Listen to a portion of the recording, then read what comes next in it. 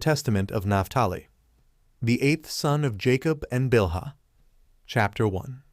Naphtali, the eighth son of Jacob and Bilhah. The runner, a lesson in physiology. The copy of the Testament of Naphtali, which he ordained at the time of his death in the 130th year of his life. When his sons were gathered together in the 7th month, on the first day of the month, while still in good health, he made them a feast of food and wine. And after he was awake in the morning, he said to them, I am dying. And they believed him not. And as he glorified the Lord, he grew strong, and said that after yesterday's feast he should die. And he began then to say, Hear, my children, ye sons of Naphtali, hear the words of your father.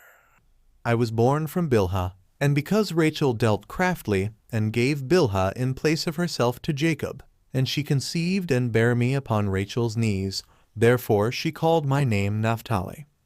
For Rachel loved me very much, because I was born upon her lap. And when I was still young, she was wont to kiss me, and say, May I have a brother of thine from mine own womb, like unto thee. Whence also Joseph was like unto me in all things, according to the prayers of Rachel. Now my mother was Bilhah, daughter of Rothius, the brother of Deborah, Rebekah's nurse, who was born on one and the self-same day with Rachel. And Rothius was of the family of Abraham, a Chaldean, God-fearing, free-born, and noble. And he was taken captive, and was bought by Laban. And he gave him Una his handmaid to wife, and she bore a daughter, and called her name Zilpah, after the name of the village in which he had been taken captive. And next she bore Bilhah, saying, My daughter hastens after what is new, for immediately that she was born she seized the breast and hastened to suck it. And I was swift on my feet like the deer, and my father Jacob appointed me for all messages, and as a deer did he give me his blessing. For as the potter knoweth the vessel, how much it is to contain, and bringeth clay accordingly, so also doth the Lord make the body after the likeness of the Spirit, and according to the capacity of the body doth he implant the Spirit. And the one does not fall short of the other by a third part of a hair, for by weight and measure and rule was all the creation made.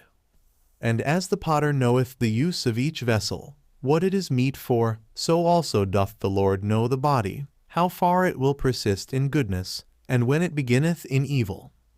For there is no inclination or thought which the Lord knoweth not, for he created every man after his own image. For as a man's strength, so also in his work, as his eye, so also in his sleep, as his soul, so also in his word, either in the law of the Lord or in the law of Beliar. And as there is a division between light and darkness, between seeing and hearing, so also is there a division between man, and between woman and woman. And it is not to be said that the one is like the other either in face or in mind. For God made all things good in their order, the 5 senses in the head, and he joined on the neck to the head, adding to it the hair also for comeliness and glory, then the heart for understanding, the belly for excrement, and the stomach for grinding, the windpipe for taking in the breath, the liver for wrath, the gall for bitterness, the spleen for laughter, the reins for prudence, the muscles of the loins for power, the lungs for drawing in, the loins for strength, and so forth. So then, my children, let all your works be done in order with good intent in the fear of God, and do nothing disorderly in scorn or out of its due season. For if thou bid the eye to hear, it cannot, so neither while ye are in darkness can ye do the works of light. Be ye, therefore, not eager to corrupt your doings through covetousness or with vain words to beguile your souls, because if ye keep silence in purity of heart, ye shall understand how to hold fast the will of God, and to cast away the will of Beliar. Sun and moon and stars, change not their order. So do ye also change not the law of God in the disorderliness of your doings. The Gentiles went astray, and forsook the Lord, and charged their order, and obeyed stocks and stones, spirits of deceit. But ye shall not be so, my children, recognizing in the firmament, in the earth, and in the sea, and in all created things, the Lord who made all things, that ye become not as Sodom, which changed the order of nature. In like manner, the watchers also changed the order of their nature, whom the Lord cursed at the flood, on whose account he made the earth without inhabitants and fruitless.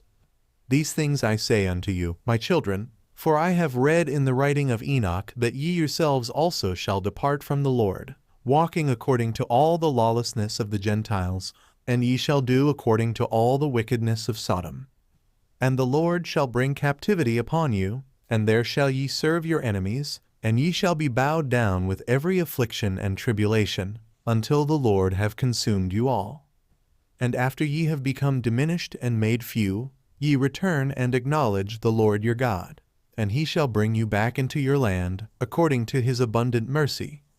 And it shall be, that after that they come into the land of their fathers, they shall again forget the Lord and become ungodly.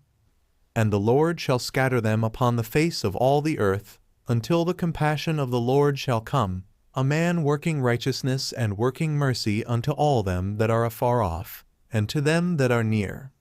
Chapter 2. For in the 40th year of my life, I saw a vision on the Mount of Olives, on the east of Jerusalem, that the sun and the moon were standing still. And behold, Isaac, the father of my father, said to us, Run and lay hold of them, each one according to his strength, and to him that seizeth them will the sun and moon belong. And we all of us ran together, and Levi laid hold of the sun, and Judah outstripped the others and seized the moon, and they were both of them lifted up with them. And when Levi became as a son, lo, a certain young man gave to him 12 branches of palm, and Judah was bright as the moon, and under their feet were 12 rays. And the two, Levi and Judah, ran and laid hold of them. And lo, a bull upon the earth, with 2 great horns, and an eagle's wings upon its back. And we wished to seize him, but could not. But Joseph came and seized him, and ascended up with him on high. And I saw, for I was there, and behold, a holy writing appeared to us, saying, Assyrians, Medes, Persians, Chaldeans, Syrians, shall possess in captivity the 12 tribes of Israel.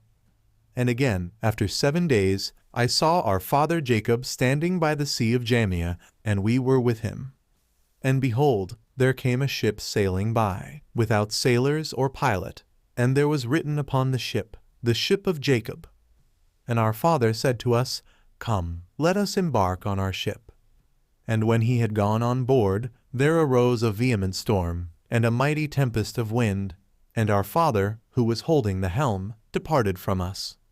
And we, being tossed with the tempest, were borne along over the sea, and the ship was filled with water, and was pounded by mighty waves, until it was broken up.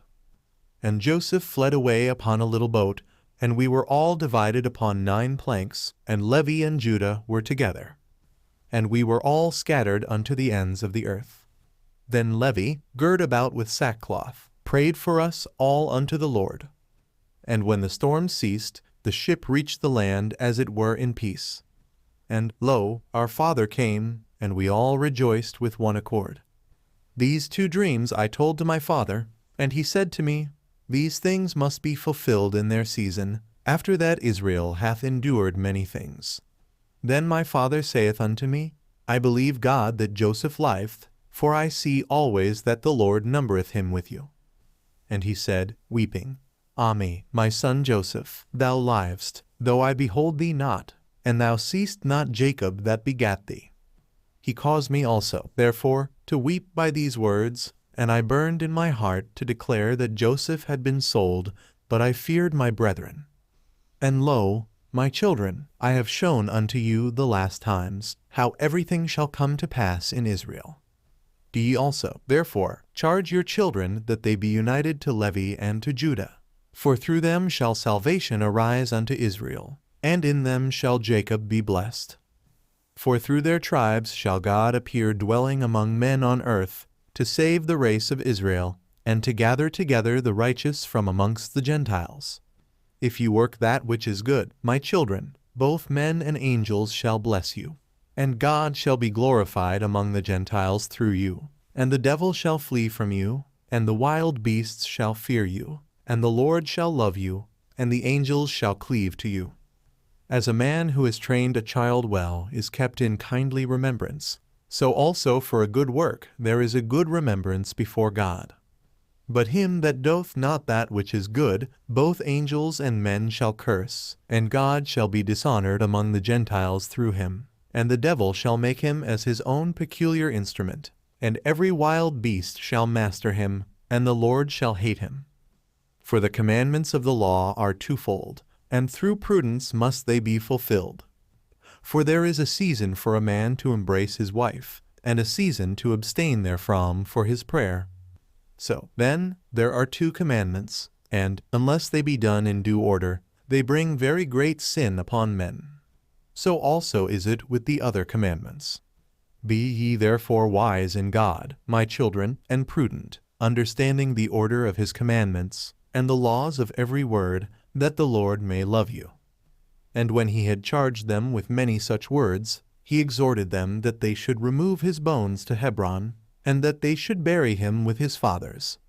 And when he had eaten and drunken with a merry heart, he covered his face and died. And his sons did according to all that Naphtali their father had commanded them.